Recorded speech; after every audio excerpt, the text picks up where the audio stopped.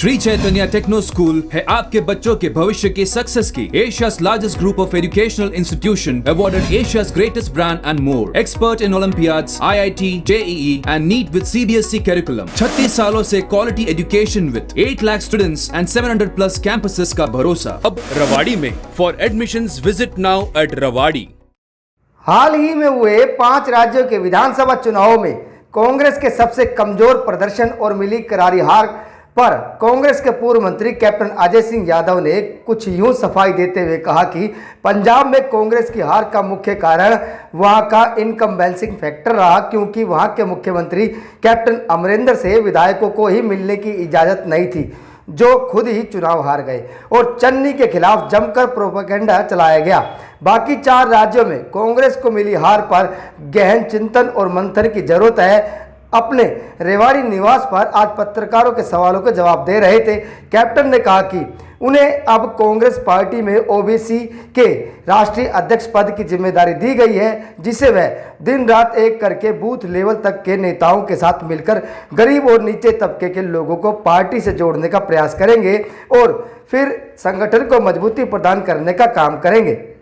Captain साहब, हाल ही के अंदर जो चुनाव नतीजे आए 5 राज्यों के, क्या कारण रहा कि कांग्रेस का इतना पिछड़ा हुआ प्रदर्शन सामने देखने को? देखिए, ऐसा है कि हर पार्टी में उतार और चढ़ाव आते हैं। हमारी भाजपा के पास 2 एमपी थे, अब वो सत्ता में आसीन हो गए। तो मेरा कहने का मकसद ये है कि खास तौर पे आपको मालूम है पंजाब के अंदर जिस प्रकार से कैप्टन अमरिंदर सिंह ने वहाँ राज किया, उसका असर ये पड़ा कि वहाँ पर एंटी इनकम्बेंसी फैक्टर था। लोगों से मिलना जुलना उनका कम था, विधायक तक उनसे मिल नहीं पाते थे और आपने देखा वो खुद अपना चुनाव हार गए।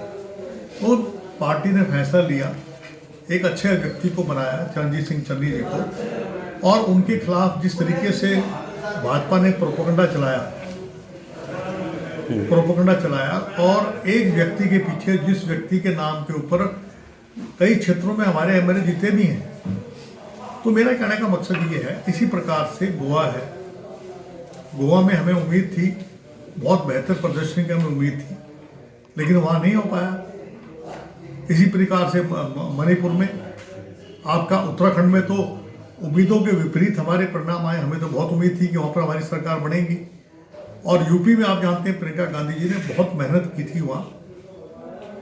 मेरा पार्टी ने मेरे को एक जिम्मेवारी दी है ओबीसी का राष्ट्रीय अध्यक्ष बनाने की। मेरा उद्देश्य ये होगा कि मैं जो ओबीसी के जितने भी, चाहे ईबीसी के जो अति पिछड़ा वर्ग के लोग हैं और ओबीसी के लोग हैं जो पार्टी से जुड़ सकते हैं, उनको जोड़ने का हम काम करेंगे। एक बड़ी भारी जिम्मेवारी है। आज जिम्मेवारी केवल मेरे ऊपर नहीं है, आज जिम्मेवारी जो हमारे स्टेट लेवल के, डिस्ट्रिक्ट लेवल के हैं और जो ब्लॉक लेवल के जो हमारे नेता हैं, उनको अब जमीनी स्तर पे काम करना पड़ेगा।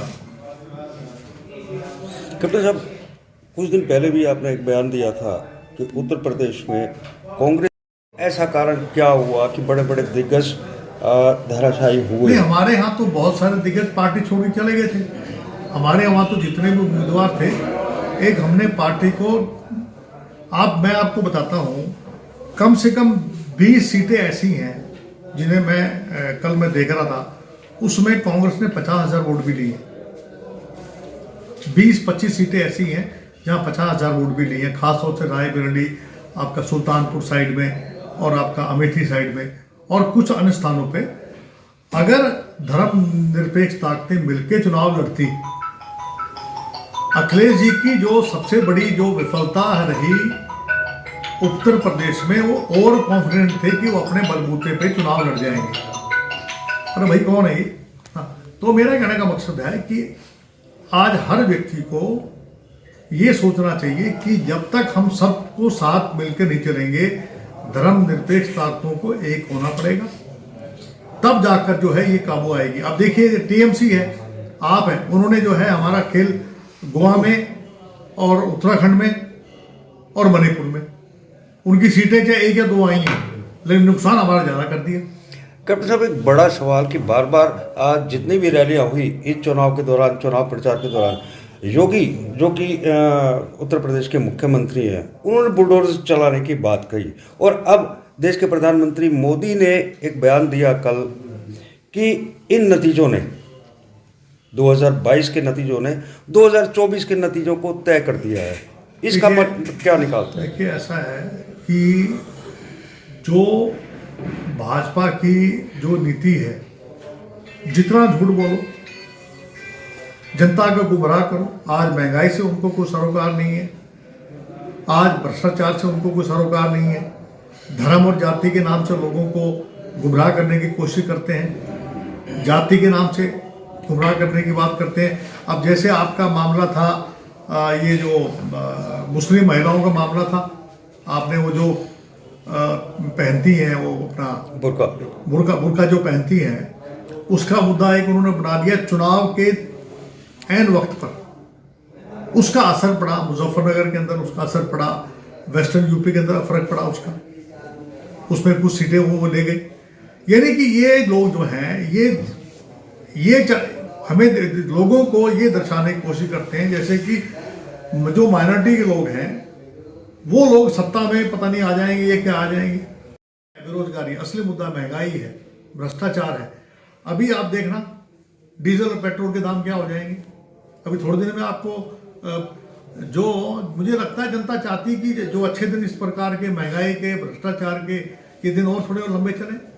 जनता के ऊपर है, जनता सबसे सर्वमान्य है और जो उन्होंने फैसला किया हमें मानना पड़ेगा। कैप्टन साहब, अभी आपने कहा कि चुनाव से एंड पहले कोई ना कोई ऐसा खेल खेलते हैं जिससे कि पक्ष में वोट आता है। पुलवामा अटैक का जो है, इन्होंने जो है आज तक उसकी जो है जांच नहीं करी कि इतना आरडीएक्स कहाँ से आया, और जो उसके बारे में बोलता उसको गद्दार करार करते थे। लेकिन तो मुझे एक बात बताएं कि आज तक प्रधानमंत्री मोदी जी ये बता दें कि पुलवामा में जो 44 जवान हमारे शहीद हुए थे, वो आरडीएक्स कहाँ से आया, क्यों आया, कब आया, कौन लेने वाला शख्स था, आज तक उसकी जांच क्यों नहीं बिठाई।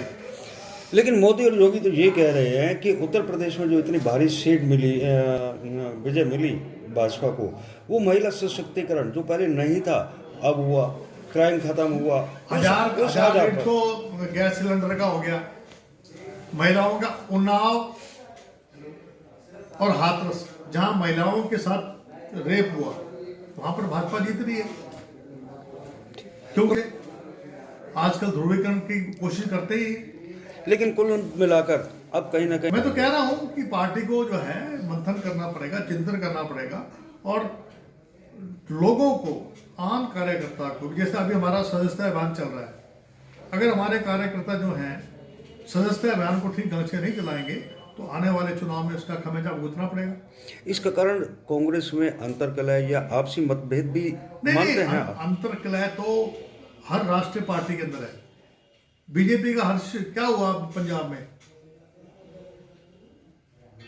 आप देख लीजिए क्या हुआ, बीजेपी का हर्ष क्या हुआ।